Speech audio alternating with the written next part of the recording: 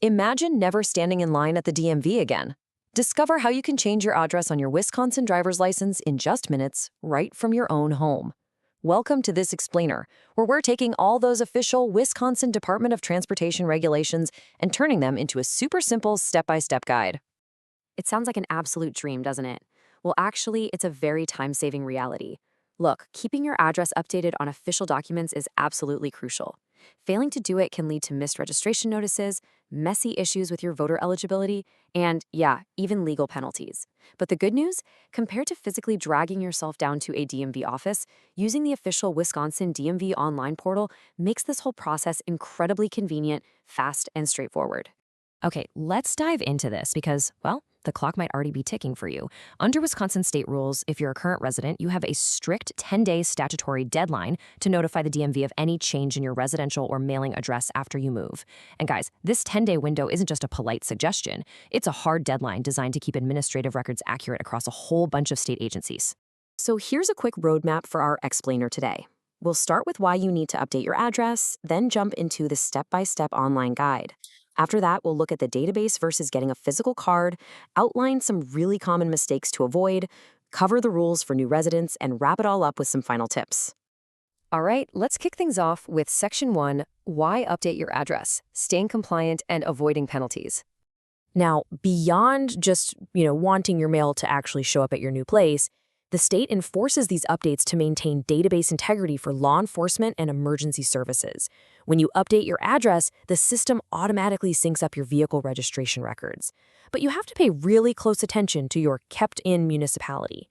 This is literally the specific city, village, or town where your vehicle physically sits. And it matters because Wisconsin municipalities use this exact data to figure out local infrastructure fees, stuff like wheel taxes, and to see if your car needs emissions testing. Moving right along to Section 2, the step-by-step guide, navigating the online portal. And this brilliantly illustrates how easy it is to get started. You'll head over to the official WIS.dot website and just look for the change of address section.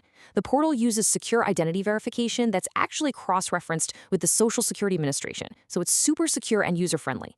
Option A is what you use if you've got your physical ID right there in your hand. But let's say you lost your card in the chaos of moving. No worries. Option B lets you do a record search using your full name, complete social security number, date of birth, and zip code. So you're never locked out of the system just because you temporarily misplaced your plastic card. All right, so once you pass that initial identity check, you move to Step 2, the eligibility screening. Here, you'll confirm your citizenship status and fill out a quick mandatory medical history questionnaire. Now, pay close attention to this part. If you've had a loss of consciousness or muscle control in the past year due to certain medical conditions, answering yes here will actually pause the online process for a clinical review.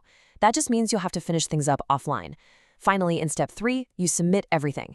And if you decide to order a brand new physical card, you'll finalize that process and print out a 45-day temporary receipt right then and there.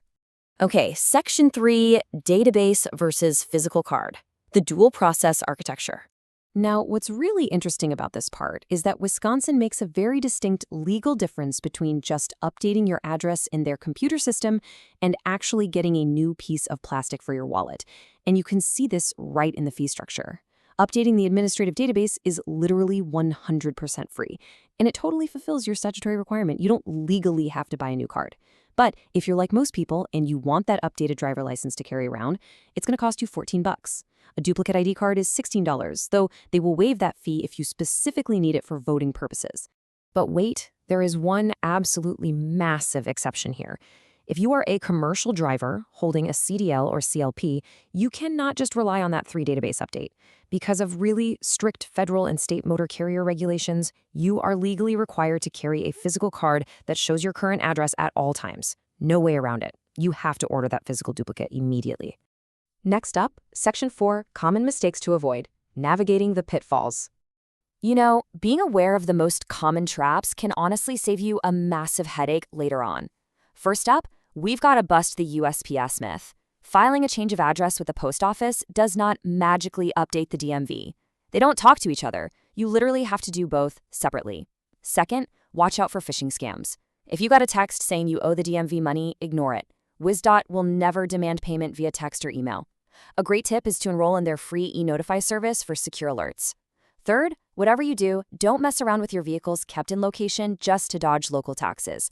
And lastly, if you're temporarily living out of state, They can mail a duplicate to you, but you cannot use an out-of-state address for a full license renewal. So the crucial point here is that providing accurate data is serious business. Like we just mentioned, giving a fake vehicle location to avoid a local wheel tax, that's actually a misdemeanor in Wisconsin. If you're caught, it carries penalties of up to a $200 fine, up to 6 months of jail time, or even both. So yeah, always double check your entries before you hit that submit button.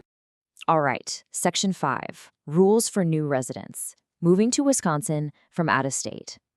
Now, if you're literally just crossing state lines and establishing residency for the first time, you've got a completely different playbook.